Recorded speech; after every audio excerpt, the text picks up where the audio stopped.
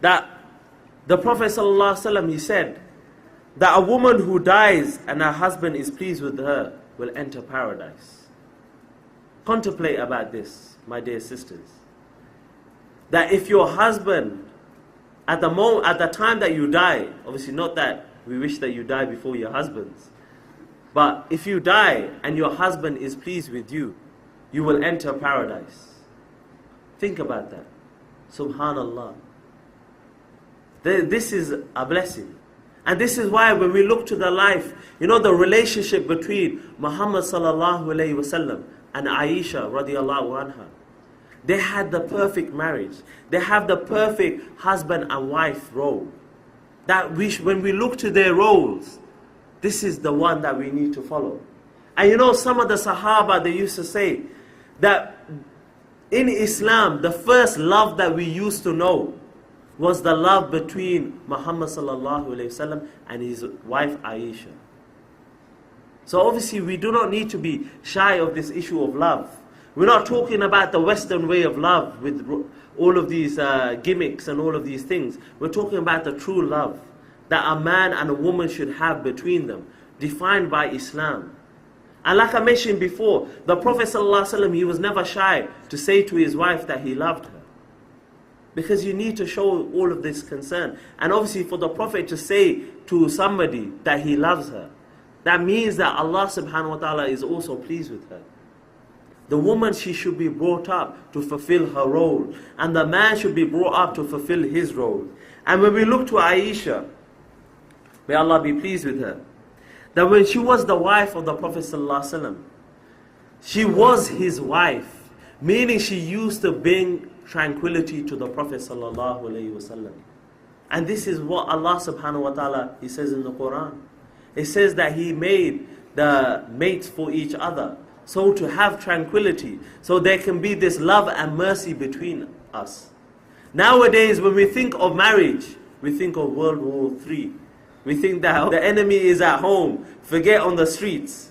That some of us, when we go through all the hardship, when we go through all the difficulties in our life, when we're carrying the dawah, when we're out there on the front line, speaking the word of truth, that when we go home, we think we're going to have some relief. But when we go home, we see the enemy is still at home, rather than out on the street. There is no tranquility in that kind of relationship. And this is what Aisha used to give to the Prophet ﷺ. That the Prophet ﷺ, it was said that about Aisha, that she is the wife of the Prophet in this life, and she will be the wife of the Prophet in the hereafter. Subhanallah.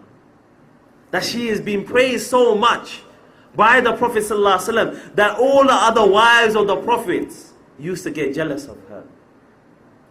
Imagine that, subhanallah. And the other wives, they're not just any ordinary women. They were also praised. They were also used to be the companions, used to be the wives of the Prophet. But the Prophet preferred Aisha to any of his other wives. And just to show how this jealousy that they used to have, that one time they all met at one of the houses of the wives, that Salima, they met at her house, and they said that every time the Prophet goes to Aisha's house, that is when all the gifts and the presents are given. That the companions, they give the gifts on that day. Why is it that we do not receive any gifts on our day when the Prophet comes to see us?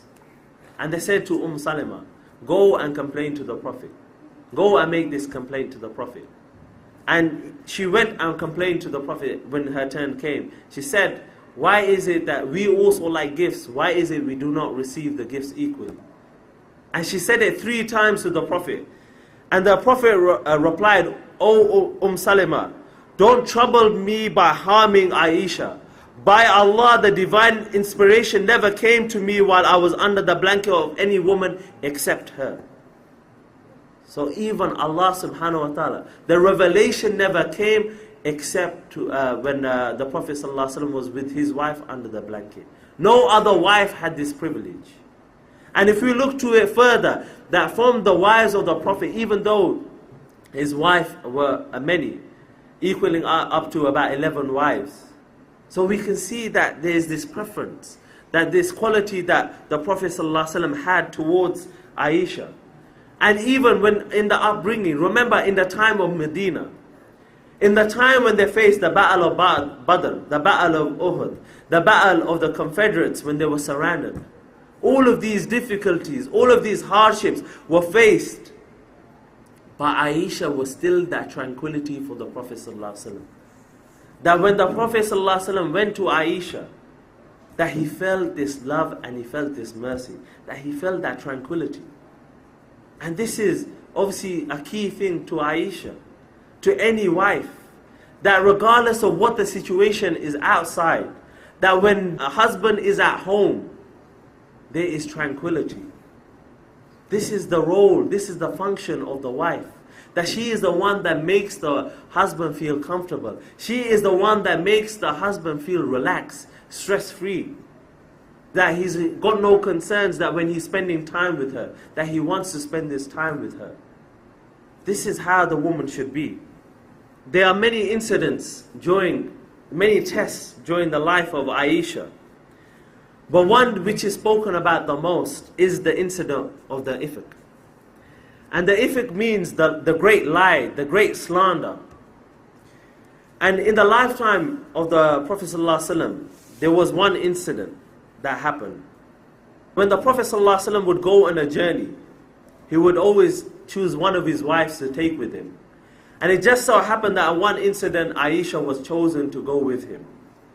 And the incident proceeds that as they were returning back to Medina, that when the caravan is stopped, Aisha, because at that time, the wives of the Prophet, when they used to cover with full hijab. And when I mean the full hijab, I'm not talking about the hijab that we see many of the sisters wearing today.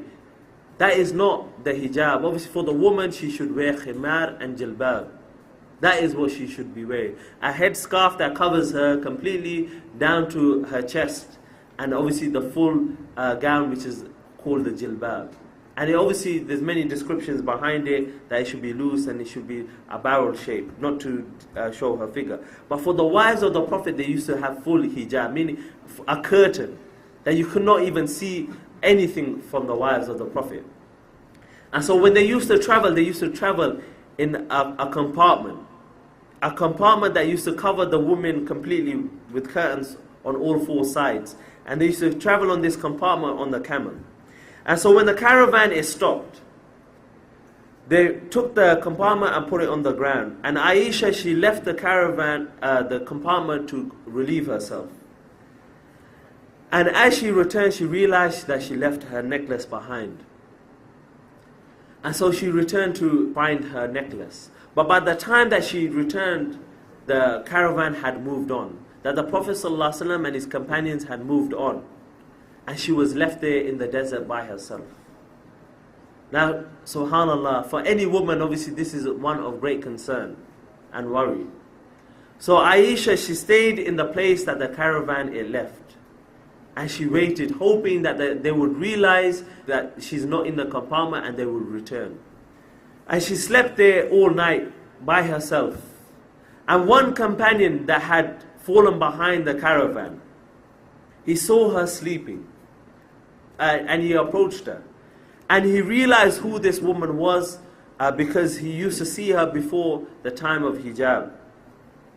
And he called out to her. And obviously Aisha and him, they never spoke.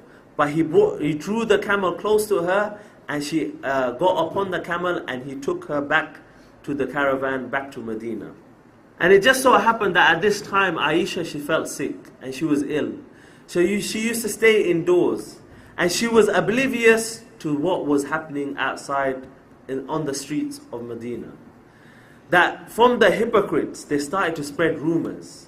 Because one of the chief of the hypocrites, he saw that this man, this companion, bringing Aisha along on his camel, he said, well, there is some mischief happening here. And he started to spread rumors that Aisha had committed adultery with this man. Now remember this, for an ordinary woman, for somebody to say to her that yes, you have committed fornication, that is such a devastating blow. But for a married woman to disgrace her honor, to say that yes, you have committed adultery, is far worse. Now imagine the wife of the Prophet being accused of committing adultery. And news like this started to spread all around Medina. And this is why this incident is known as the ifk, as the great lie. Because what a devious thing to say. What a plot to try to put down the Muslims. Because at that time when the Muslims were in Medina, the Prophet ﷺ was of such power and authority that they saw the greatness of Islam, that it is very difficult to put down the Prophet ﷺ. And it's very difficult to put down the Muslims. But as soon as the hypocrites saw an opportunity, they pounced upon that opportunity. They said, they started to spread and saw a chance to put down the Muslims, to put down Islam, and they started to spread that Aisha had committed adultery. This is such an evil statement that they started to bring.